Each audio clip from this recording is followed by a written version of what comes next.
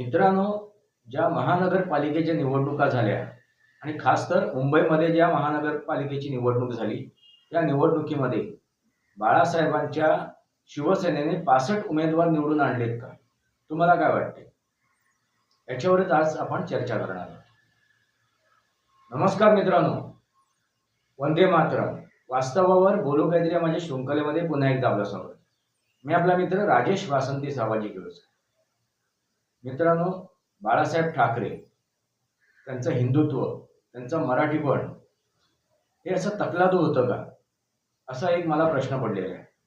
मित्रांनो, बाळासाहेब ठाकरेंनी 1965 साली 66 साली ही संघटना स्थापन केली. तिला नाव दिलं शिवसेना.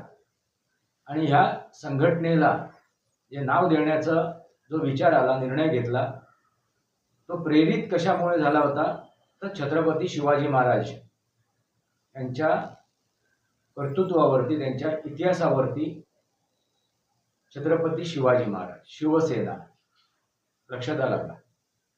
हे कोणाला प्रेरित होऊन केलेलं आहे तर छत्रपती शिवाजी महाराजांना. आणि त्याच अनुषंगाने ती संघटना चालवण्यात आली होती.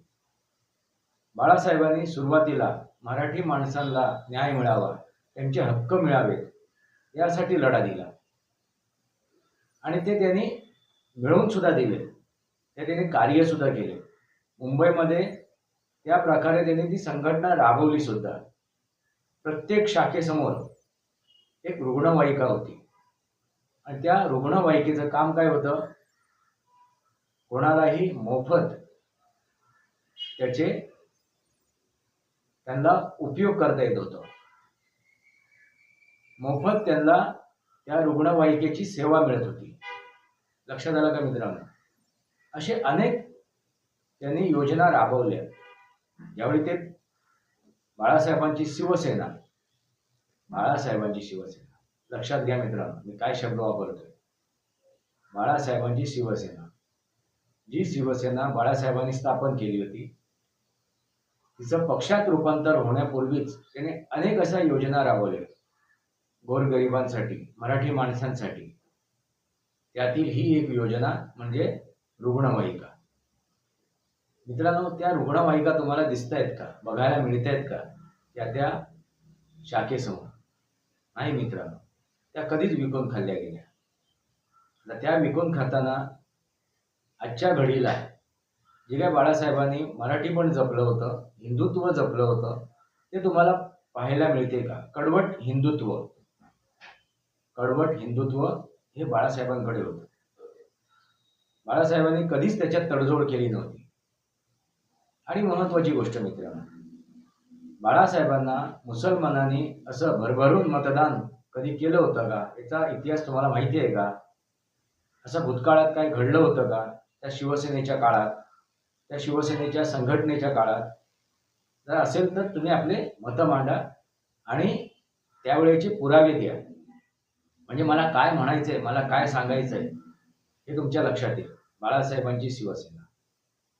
बाळासाहेबांची शिवसेनेला काँग्रेसच्या पारंपरिक मताची कधी आवश्यकता पडली होती का? काँग्रेसच्या पारंपरिक मतदारांनी बाळासाहेबांच्या शिवसेनेला कधी मतदान केलं होतं का? जरा आठवत असेल तर सांगा.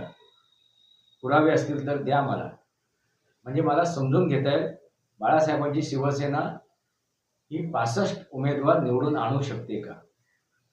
मित्रांनो, बाळासाहेबांची शिवसेना, ह्या बाळासाहेबांच्या शिवसेनेला पत्रकारांनी अक्षरशः काय केलं होतं?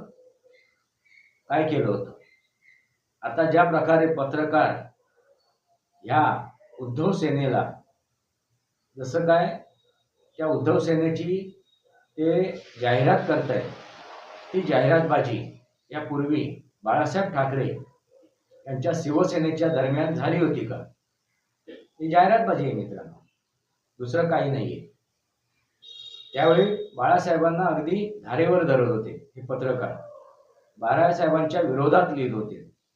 हे जे काय सोकळ पत्रकार स्वतःला समजावतात, सांगतात, ते पत्रकार. मित्रांनो, ही पत्रकारिता आहे का? तुम्हाला काय वाटतं, ही पत्रकारिता आहे का? पत्रकार हा तटस्थ राहून आपले विचार मांडत असतो. तटस्थ राहून तो कोणाची एकाची बाजू घेत नसतो आणि वास्तव समोर ठेवत असतो, वास्तवावरती बोलत असतो, सत्याचा उजागर करत असतो. तुम्हाला ही पत्रकारिता वास्तवरूपी दिसते का?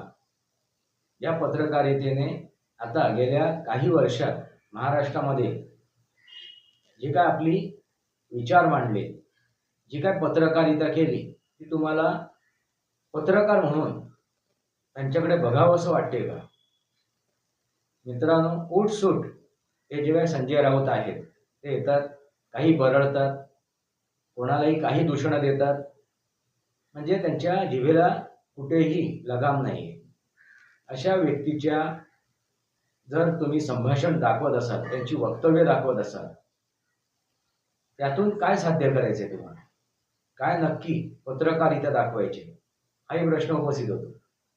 अशा पत्रकारांनी यापूर्वी बाळासाहेबांना कधी समर्थन केलं होतं का? हाही माझा प्रश्न आहे तुम्हाला. तसं जर झालं असेल त्या काळामध्ये तर त्याचे पुरावे द्या तुम्ही मला, म्हणजे मी मान्य करू शकेन की 65 जे उमेदवार निवडून आले ते बाळासाहेबांच्या कर्तृत्वामुळे, बाळासाहेबांच्या त्या शिवसेनेमुळे, उद्धव ठाकरेमुळे निवडून आलेले, असं ते मी मान्य करेन. मित्रांनो, ह्या उभाटाला जे नाव दिलेलं आहे शिवसेना उद्धव बाळासाहेब ठाकरे, आणि त्याच्यात बाळासाहेब हा उल्लेख केलेला आहे. मित्रांनो, लक्षात आलं का? त्या संघटनेमध्ये बाळासाहेबांचा उल्लेख केलेला आहे. तो उल्लेख तिथे वंदनीय आहे की निंदनीय आहे, हे तुम्ही मला सांगा. बाळासाहेबांची विचारधारा काय होती? 80% समाजकारण आणि 20% राजकारण, आणि त्याप्रमाणेच त्यांनी आपलं राजकारण केलेलं आहे. हिंदुत्व हेच राष्ट्रीयत्व, मराठी माणूस हेच त्यांनी राजकारण केलेलं आहे. पण आता तुम्हाला काय पाहायला मिळते? उद्धव ठाकरे यांनी अगदी 360 अंशाच्या कोनामध्ये आपलं राजकारण बदललेलं आहे. म्हणजे अगदी दक्षिणेपासून उत्तरेपासून दक्षिणेला ते गेलेले. आता ही दक्षिण दिशा उद्धव ठाकरेंनी स्वीकारलेली आहे. त्याच्यामध्ये त्यांनी मुसलमानांची लागून चालन सुद्धा केलं, तुष्टीकरण करायला सुरुवात केली आणि त्यांची मतं सुद्धा मिळवली. या महानगरपालिकेच्या निवडणुकीमध्ये त्यांची मतं सुद्धा त्यांना मिळाली आणि त्यांचे ते उमेदवार निवडून आले. त्याबरोबर काँग्रेसचे पारंपरिक मतदार होते, काँग्रेसचे पारंपरिक मतदार, मग तो हिंदू असो, बौद्ध असो, ख्रिश्चन असो, इतर धर्मीय कुठलाही असो, अगदी मुसलमान असो, ती मतं सुद्धा त्यांना मिळाली, पारंपरिक मतदार. आता शिवसेनेचा जो पारंपरिक मतदार होता तो कोण होता? तो मराठी माणूस होता, तो हिंदू होता. कुठेतरी 1% मुसलमान मतं करत होते, काही टक्के हे इतर धर्मीय, तथाकथित इतर धर्मीय सुद्धा मतदान करत होते. पण जो त्यांना आकडा मिळत होता, जे काय त्यांना मतं मिळत होती, ती मतं जी भरघोस असो किंवा कशाही प्रकारची मतं असो, ही सगळी मतं त्यांना फक्त आणि फक्त हिंदू आणि मराठी देत होते. लक्षात आलं? आणि त्यांच्या जीवावरती ही संघटना उभी होती. आता ती परिस्थिती आहे का? उभाटाने काँग्रेसची जागा घेतलेली आहे. उभाटाने आता काँग्रेसची जागा घेतली. मग ही संघटना बाळासाहेबांची आहे का? हा सरळ साधा माझा प्रश्न आहे. तुम्हाला काय वाटते मित्रांनो? हे जे काय परिवर्तन झालेलं आहे त्या परिवर्तनाबद्दल मी उद्धव ठाकरेंना दोष देत नाहीये, पण त्यांनी हे सांगू नये की ही जी आमची शिवसेना आहे ती बाळासाहेबांची शिवसेना आहे, बाळासाहेबांच्या विचारधारेची शिवसेना आहे. बाळासाहेबांनी जी कर्तृत्वाने, आपल्या क्षमतेने, आपल्या मेहनतीने उभी केलेली जी शिवसेना होती, आपलं घाम गाळून, रक्त आटवून जी शिवसेना उभी केली होती, तीच ही शिवसेना आहे असं सांगण्याचा प्रयत्न करू नये आणि मराठी माणसाच्या आणि हिंदूंच्या डोळ्यात धूळ फेक करू नये. उभाटाने उद्धव ठाकरेने आता एक परिवर्तन आणलेलं आहे, ते म्हणजे काँग्रेसला स्वीकारलेले. थोडक्यात शिवसेना उद्धव बाळासाहेब ठाकरे असं त्या पक्षाचं नामकरण असू नये असं मला वाटते. त्या पक्षाचं नामकरण काय असावं? काँग्रेस उद्धव ठाकरे. बाळासाहेबांचंही नाव त्यांनी काढावं, काँग्रेस उद्धव ठाकरे. जसं राष्ट्रवादी काँग्रेस, तसं उद्धव ठाकरे काँग्रेस असंही म्हणायला हरकत नाही. कारण त्यांनी काँग्रेसची जागा घेतलेली. काँग्रेसचे जे मतदार आहेत ते या उभाटाच्या दिशेने वळलेले, उद्धव बाळासाहेब ठाकरे या पक्षाच्या दिशेने वळलेले. फक्त काय, नाव वेगळं झालेलं आहे, मतदार तेच आहे. कोणाचे? तर काँग्रेसची. मग विचारधारा कोणती आहे? तर काँग्रेसची. आणि काँग्रेसच्याच विचारधारेवरती ते सेक्युलर झालेले आहेत उद्धव ठाकरे, धर्मनिरपेक्ष झालेले आहेत हे उद्धव ठाकरे. मी त्यांना दोष देत नाहीये, परत एकदा सांगतो. त्याने आपला पक्ष कसा चालवावा, काय करावं, काय नाही करावं, हा त्यांचा वैयक्तिक प्रश्न आहे. मित्रांनो, महत्वाची गोष्ट काय आहे, त्यांनी जो बदल घडवून आणला त्याला कारण काय आहे? तर 2019 मध्ये जी त्यांनी गद्दारी केली, कोणाशी? मतदारांशी. कारण युतीला बहुमत होतं आणि त्यांनी युतीला सोडून आघाडी केली आणि स्वतः मुख्यमंत्री बनले. स्वतःच्या राजकीय मतलबासाठी. याला महत्वाकांक्षा म्हणता येणार नाही, कारण महत्वाकांक्षा ही स्वतःच्या हिमतीवरती, कुवतीवरती, क्षमतेवरती साध्य केली जाते. हे काय आहे? षडयंत्र. षडयंत्र रचून त्याने ही खुर्ची प्राप्त केली, मुख्यमंत्री पद प्राप्त केलं. लक्षात आलं का मित्रांनो? आणि हे समजून घेणं आवश्यक आहे. मग असे षडयंत्र बाळासाहेबांनी रचले होते का यापूर्वी? बाळासाहेब म्हणायचे, सत्तेसाठी आम्ही अशी कुठलीही तडजोड करणार नाही जी आमच्या विचारधारेच्या विरोधात असेल, असं बाळासाहेब म्हणायचे. आता बाळासाहेबांच्या विचारधारेला हे अनुशंभून आहे का? हा मी तुम्हाला विचारलेला प्रश्न आहे. उत्तर द्या. आपली मतं कमेंट बॉक्समध्ये मांडा.